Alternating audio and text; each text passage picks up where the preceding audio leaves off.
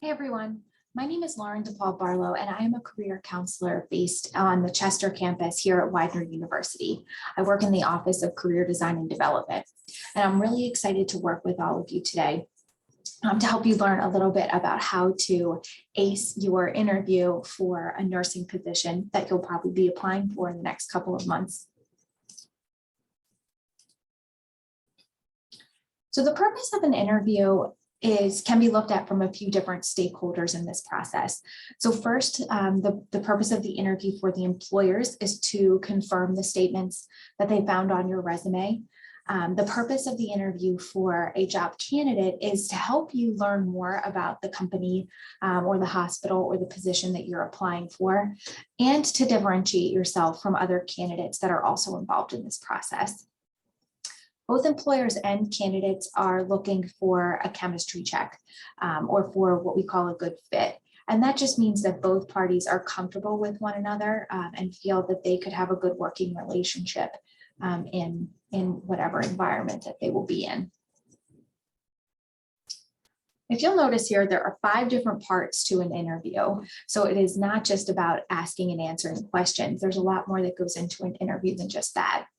The first step is beginning to prepare for the interview, then making sure that you deliver an A+ first impression. Then we get to asking and answering questions, followed by closing the interview in a really powerful and memorable way, and then following up after the interview. So we're going to dive into each of these 5 steps right now. So preparation. So before you go on an interview, before you arrive at the door or the Zoom room, you want to make sure that you do your research first. So you look at the company or the hospital website. You look on other websites such as LinkedIn or Glassdoor to just learn more about the hospital's mission, vision, and learn more about what other people are saying or thinking about the hospital and what it's like to work there. You also want to see if the hospital's been in the news recently, mostly for good reasons, but there might be bad reasons too. And you do want to make note of that just for your own personal information. If you can, it's helpful to connect with people that are working for the hospital that you're interested in working for, and just generally asking people in your network, hey, what do you know about CHOP, for example, the Children's Hospital of Philadelphia? What do you know anybody that works there? What's your impression of this organization? Just to see what kind of information they're able to provide you with regarding the organization as a whole, or even the interview process. Also make sure before you go into the interview that you've thoroughly and completely read the job description. The job description is where the interviewer is going to be pulling a lot of their questions from. So having an understanding of what the job description is, what skills they're looking for, can help you prepare by identifying when you use those skills really effectively, so you can prepare some stories to share with your interviewer prior to the interview. When you're looking at these kind of like research resources, you do want to learn about industry trends. Again, I mentioned you want to see if there are any recent articles or stories about the hospital. And you might want to even look for, if you're aware of your interviewers, do a quick Google search on them or look for them on LinkedIn and learn about their background. This isn't information that you have to memorize, but if you see that you have a similar interest as one of your interviewers, this is just something that could come up during the interview just to make small talk and just help you kind of connect with your interviewer on a different level. Other things that you can look for when you're researching an organization before an interview are their core values. Employers will value knowing that you want to work for their organization for a very specific reason. So aligning your reasoning with their core values is a good way to stand out from other interviewees. You want to, again, learn about their culture, and you can do that by reading online, but you could also see if there are any job job fairs or networking events that the hospital is putting on. A lot of times hospitals will advertise this information on LinkedIn, on their social media, on their website, or even on websites like Eventbrite. So they might have, lunch and learns or meet and greets. And this is a great way for you to learn more about an organization and to see if you feel comfortable with the people that are currently working for that organization.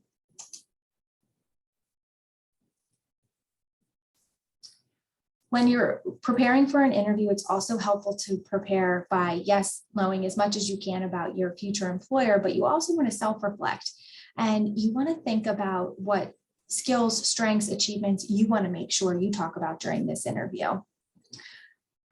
Anticipating questions that you'll be asked is a great way to prepare for an interview. And the best way to do that is to check out the job description, as I mentioned earlier.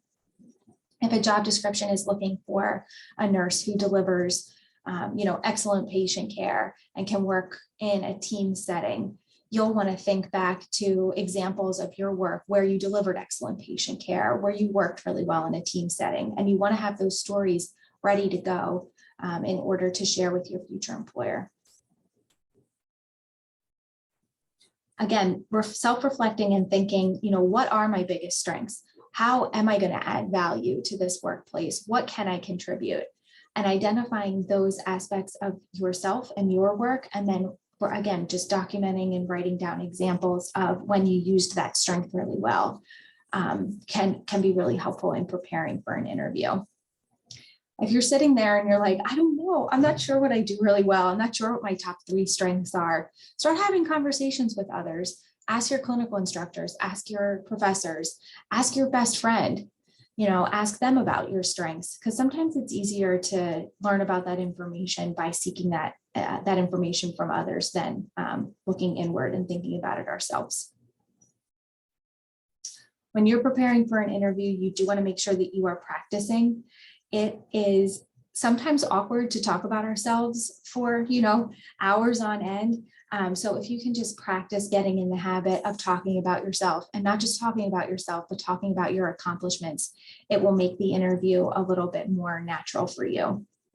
We do have resources that can help you prepare on Career Design and Development's My Widener page. So if you go to My Widener, you can just search Career Design and Development, and you can check out the resources that are on our interviewing tab. The one that I want to draw your attention to the most is Big Interview. You can also go to My Widener and just Google search on My Widener Big Interview. That is a virtual platform that allows you to access nursing specific interview questions, and you can record yourself answering those questions. You can play the recording back then for yourself or for a trusted faculty or a friend and get their feedback about how you answered a certain question. So sometimes just watching your own performance during an interview gives you, sheds a lot of light on ways that you can improve. So again, Big Interview is the platform that can help you do that. Also, if you're thinking about, what skills should I talk about in an interview? What are employers looking for? This is the list of 8 core competencies that have been identified by NACE, which is the National Association of Colleges and Employers. So NACE believes that, NACE has surveyed employers and found that these 8 core competencies are what most employers are looking for in a future employee or in an interview candidate. So it goes from critical thinking all the way down to global and intercultural fluency. So if you're thinking to yourself, what stories should I tell? What aspects of my background should I talk about in an interview? Use this list and come up with 2 examples when you problem solved really well, when you communicated really well with either a team or with a patient, when you worked collaboratively. And just maybe think of 2 or 3 examples of a time when you used these core competencies in your work and you were really successful. This will give you a lot of ammunition to use when you go into the interview. So then instead of sitting there and wondering like, oh my gosh, I wonder what they're going to ask me, I wonder what I'm going to talk about, you already have a list of potentially up to 16 different examples of your work that you're ready to go with and you're ready to share with your future employer.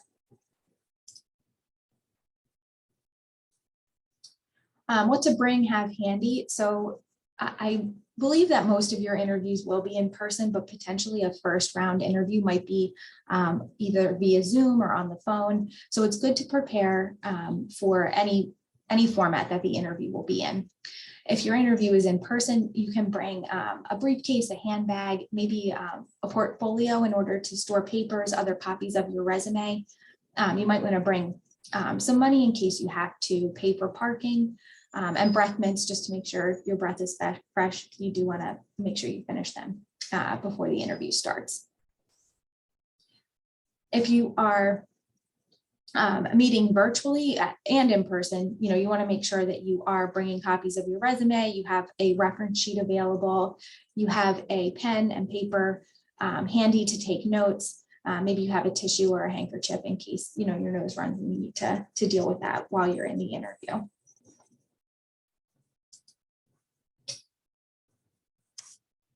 What to wear. So you do want to dress professionally for the interview. You want to make sure that you have clothes that fit and they're ironed if needed. You just want to look polished, nothing too flashy. Dressing in the conservative, on the conservative end of the spectrum is always a nice way to go for an interview. You can wear scrubs if you need to. Some of your interviews, you might have an interview portion where there will be asking questions, and then they'll let you know, bring scrubs so that you can change into scrubs, and you might do some shadowing on the floor that you could potentially be working on. So, if you are running from clinical to an interview and you won't be able to change into professional clothes, just maybe ask the recruiter if it would be okay if you did wear scrubs to the interview, and then kind of decide what to do based on their response. These are examples of professional dress. So again, you just want to be conservative, make sure everything is fit, it's ironed, and you just look put together for this interview.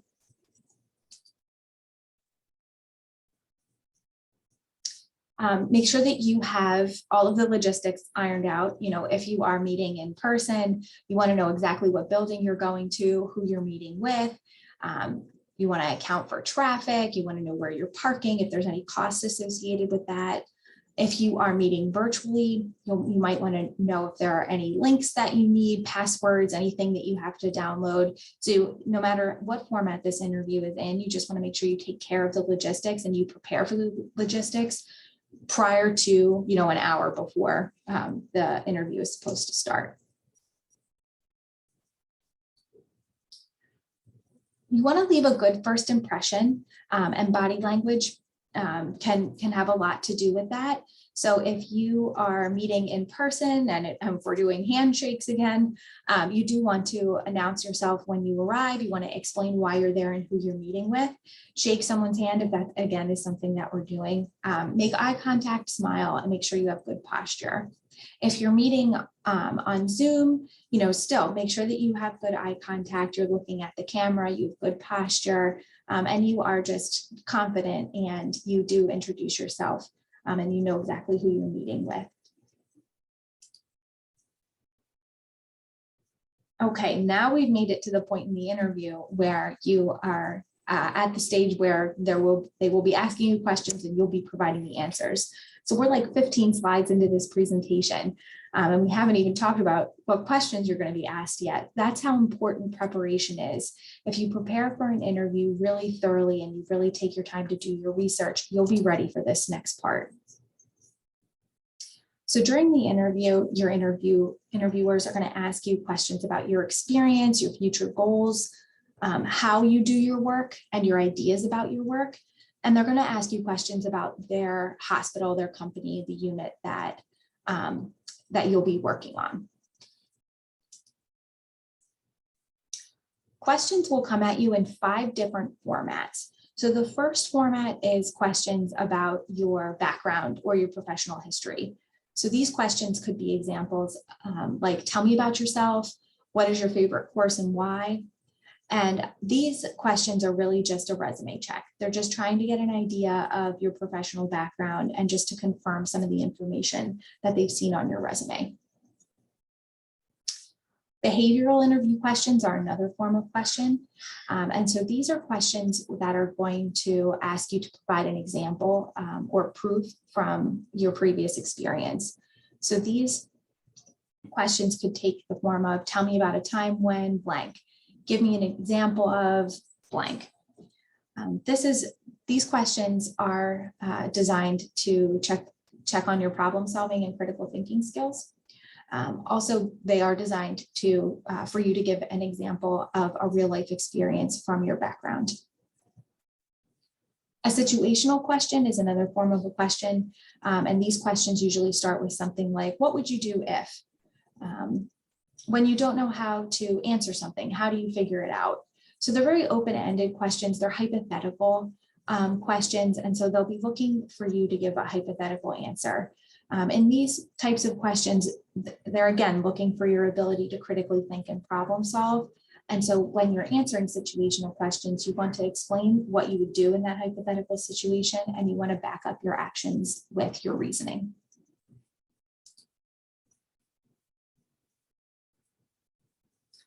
The last two types of questions are viewpoint questions. So the question might say, why do you want to work for us? What do you think about blank? Is it better to work independently or as part of a team? And this is really helping the interviewer get to know a little bit more about you, your thoughts about the work that you're doing, and just to see if you'd be a good fit for the team. The last type of question that will pop up in a nursing interview is a clinical situation or case study question. So this is a skills check. So the interviewer will give you a case study or a hypothetical situation with the patient. You know, you're working in the ER and a patient comes in and the patient has coded. What would you do? During this question, the interviewer will give you as much time as you need to answer the question. So, and when you're explaining a case study, you know, you want to walk through all of the steps that you would take and support those steps with your reasoning, letting the interviewer know about all of the skills that you'll be using in order to care for that patient.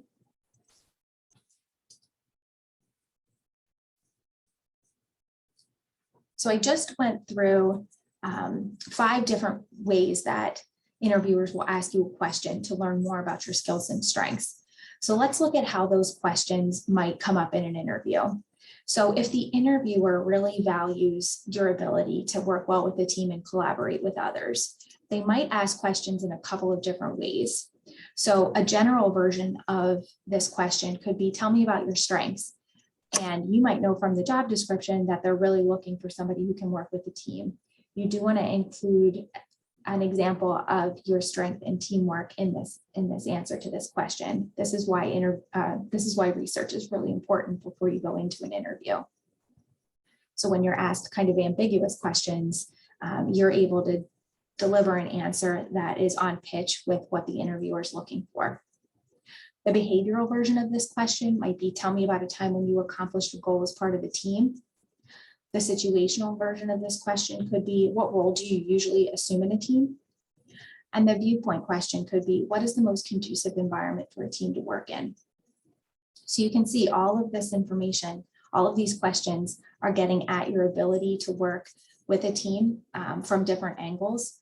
And the interviewer is just trying to get a thorough understanding of how you work in that type of environment.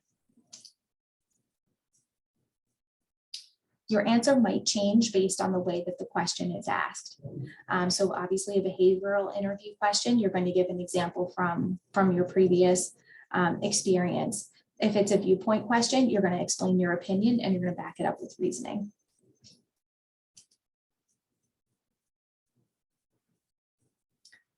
The STAR interview strategy is really helpful to use when you're asked a behavioral interview question or any question where you want to provide an example of your previous work. So the STAR strategy stands for situation, task, action, result. So situation is who, what, where, when. Task is what did you have to complete? What challenge was presented to you? The actions are what specific actions you took in order to solve the problem, meet the challenge, complete the task, and so on. And then the results are just results, what happened. So because you used your strengths or skills in a certain way in order to meet the challenge, what was the end result? How did your employer or your classmates or the organization you were volunteering for, how did they benefit from your work? The STAR strategy is really helpful to use, again, when you have to provide examples of your work. So this is always going to happen when you're asked a behavioral interview question. It might happen when you're asked a situational question. You would answer the hypothetical question, and then you could even say, I actually have an example of a time when that happened to me. And then you could go into the STAR strategy to deliver your example to the interviewer. Maybe it could also maybe be used in Viewpoint, again, depending on the question and if you need to provide an example. Thinking through in your head about this STAR strategy, it helps you to prevent you from rambling. It also provides the interviewer with all of the information they need to understand the context of your strengths. I know you might be thinking, this is a lot to think about when I'm delivering an answer, but it does get easier the more that you practice. You might, when you're practicing, you might come up with little transitions in your head. I'm going to go back to this slide. So, if someone asks you, Lauren, tell me about a time when you accomplished a goal as part of a team. You could say, oh, yes, thank you. I have an answer for that question. When I was at Widener working in the career design and development office, I was assigned with the task of blank. In order to complete this task, I took the following actions, and then you could list them. And because of my work, because of my skills in collaborating and communicating, I was able to produce blank. So if you could just come up with little transitions in your head, and you can even say, this is the task, it's the problem I solved, these are the actions I took, this is what happened because of my work. These little transitions can help you move through this strategy a little more seamlessly.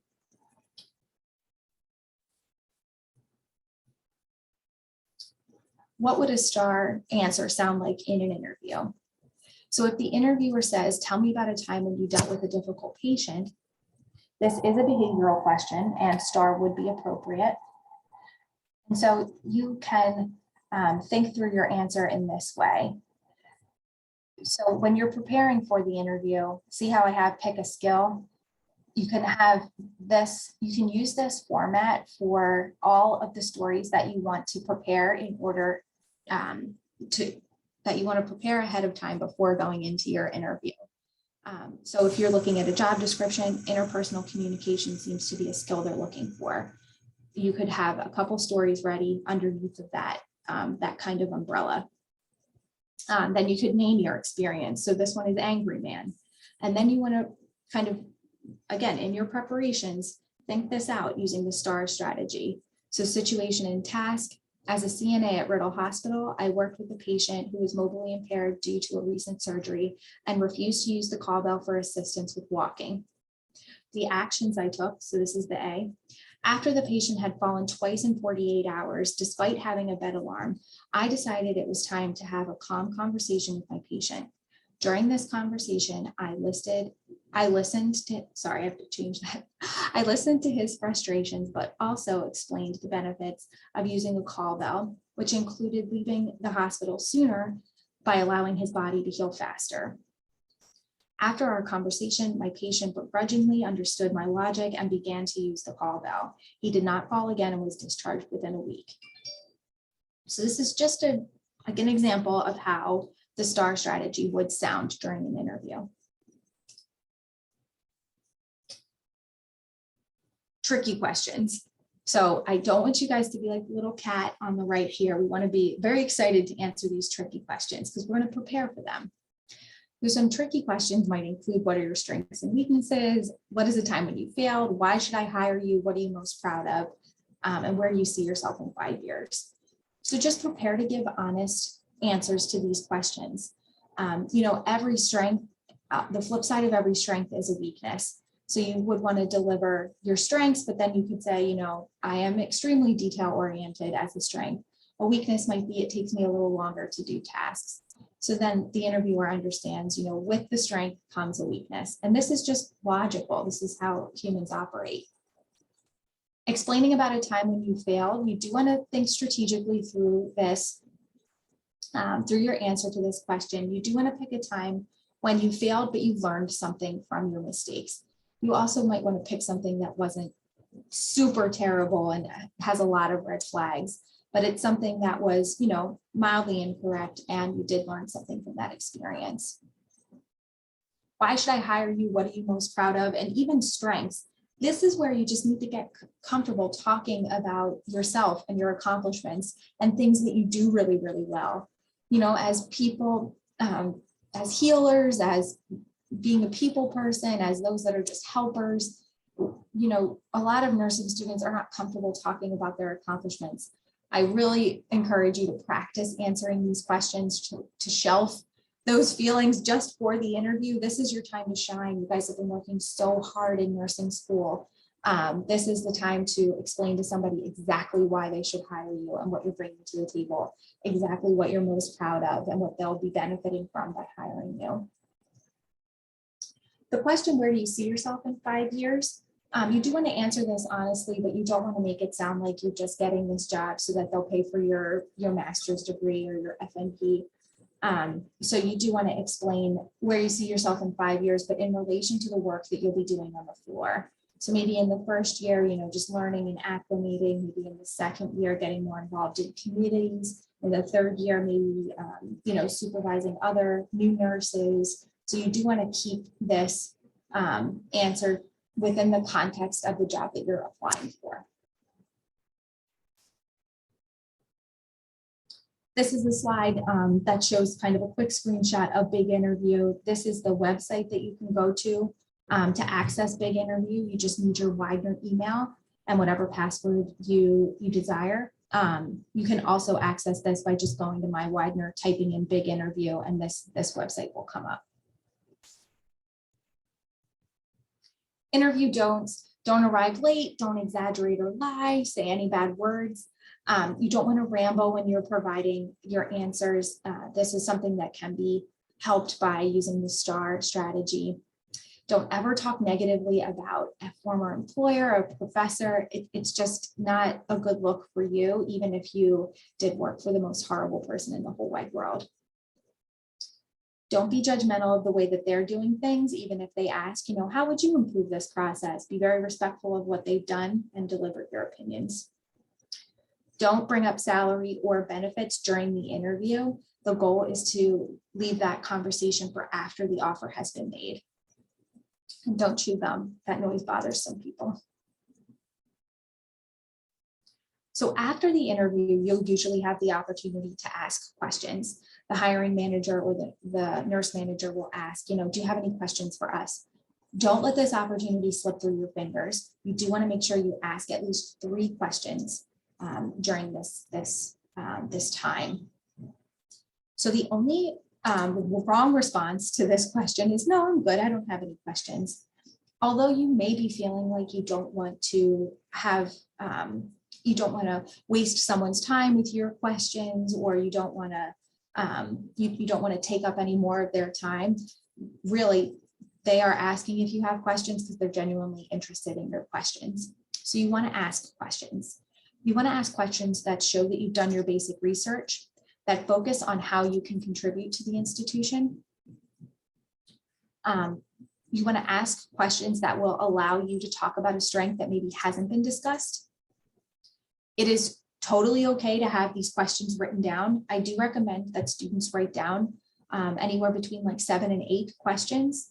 That way, you'll be able to pick 3 from your list. And if a question that you have on your list has already been answered, you have other options to pull from. Oops. So I have some examples on the next slide, but I just want to give an example of, let's say, that you made it through the entire interview and that working as a team is really something that is important to this employer, and you feel like you have another example of your ability to work as a team, or you haven't been able to really talk about your ability to shine in that space. You could ask a question when they say, do you have any questions for us? You could say, I know that working with the team is something that's really valued by your unit. Could you give me an example of how the nurses support each other on this unit? They'll give an answer and you can say, oh, thank you so much for that. I have an example from my background of a time when I worked really well with the team in order to support newcomers. And you could give your STAR strategy answer in order to help them, again, learn a little more about your strengths. And also you've just learned a little bit more about how they work as a team. These are some other example questions. Can you describe how nurses on this floor work together to care for patients? What kind of training or mentoring might I expect? Are there structured or informal opportunities to learn from other departments? I read about the XYZ program on your website. Can you tell me more about it and how it might connect with this role? What are the next steps from here? If I'm offered a position, how much time will I have to make my decision? And when is the start date? So these are all questions that show that you've done your research, you're genuinely interested in the work that they're doing, and you're able to show some strengths that you might not have been able to talk about. These are specific questions that you want to ask if you are applying for a nurse residency program and if you haven't been provided with this information through the interview or application process. So the questions include, how does your residency application process work? Do I apply to the RN role or do I apply separately to the program? This would be a good question to ask a recruiter, obviously, before you have applied for a job. What does the training process look like? What is your training agreement? What is the financial requirement for not completing the agreement? And does the residency involve a rotation? So again, these are just questions that can help you learn a little bit more about your commitment to the residency program and learn a little bit more about what to expect. Phone interviews and video interviews. I have a couple of tips for these types of interviews. For a phone interview, you want to make sure that you are in a environment that is free of distractions. You're talking on a landline if possible, then you don't have to worry about any type of calls being dropped or anything like that. You get the interviewer's correct number. You make sure you project interest in your tone because they will not have the benefit of seeing you face to face, obviously.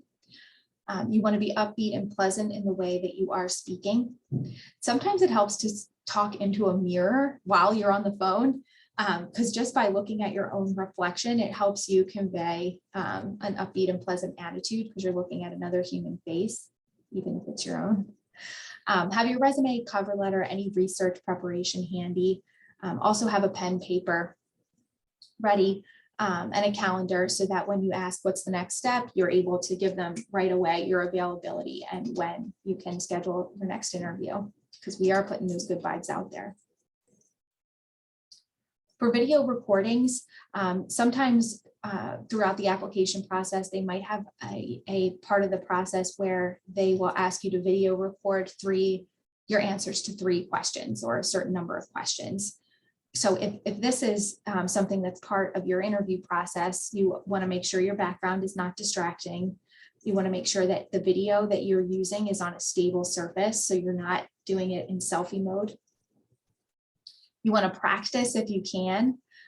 Big interview is a good way to do that. Even if on big interview, they don't have that exact question that you're being asked, just record your answer and play it back for yourself to just make sure that you like your answer and that you're not doing anything weird like shifting in a chair or anything like that. Dress professionally. Make sure that you also have, resume, cover letter, notes handy. Don't read off your notes. Don't prepare your answer and then read straight from a piece of paper.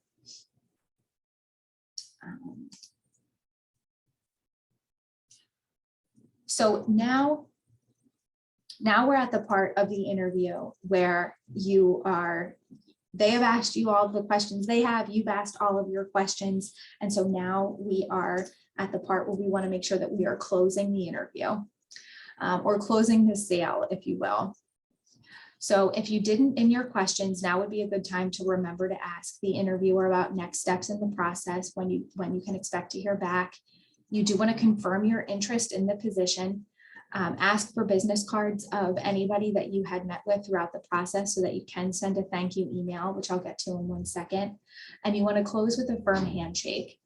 The confirm your interest is the most important part of this process. So just by, shaking someone's hand, if that's something that we're still doing, and saying, thank you for your time and leaving, that is very polite, but you do want to make sure that you close with something that lets the interviewer know that you do intend on accepting the position, barring negotiations and stuff like that.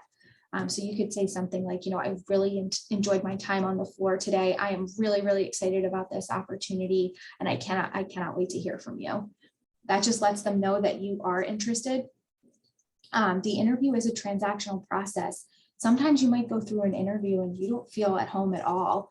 And that does happen with some people. So if you forget to confirm your interest, they might assume that you might not accept the offer if they provide it to you. So just remember that little part.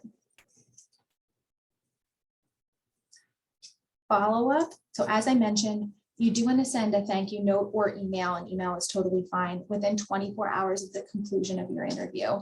Send it to everybody that you've met with. It doesn't need to be a huge thing. It could be 3 to 4 sentences where you obviously thank them. You explain why you enjoyed the interview, and you say that you're excited to hear from them. You can schedule a follow-up call, like maybe put a reminder in your phone. So if they say, we expect to make our decision by April 1st, and maybe April 8th rolls around and you haven't heard anything, then it would be okay to either follow up with the thank you email or follow up with a phone call to the recruiter that was kind of managing your whole interview process.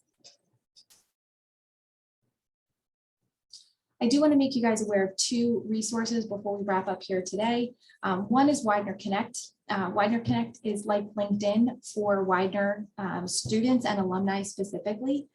So our Widener alumni are on there because they're interested in helping current students network within a certain industry and land jobs after college. So if you're interested in talking with some of our alumni that are working in nursing or in healthcare, please go to connect.widener.edu and create your account. The account just requires your Widener email and whatever password you would like. Handshake is also our employer management database, which is just a fancy way of saying this is a job search engine that is specifically for Widener. So if employers are interested in hiring our students, they're going to post their job on Handshake. And most likely, especially with our recruiters in healthcare, they will make me aware of the positions and jobs or nurse residency applications that are coming up in the future. And you'll receive an email from me through Handshake, just making you aware of certain jobs that have been posted. So you can go to widener.joinhandshake.com where you can scan that QR code. And you already have a Handshake account, you just have to activate it. So your username is your Widener email and your password is whatever password you're using to sign on to all of your Widener specific accounts. So it's single sign on, again, just your Widener email and your Widener password. And last, if you have any questions or if you'd like to follow up, if you would like to prepare, do a mock interview, have someone look over your resume before you begin applying, just email careers@widener.edu and you will most likely meet with me for an appointment. So thank you so much for your time. I hope that you guys enjoy the rest of your day. And I do hope that we get to meet at some point virtually. Thank you.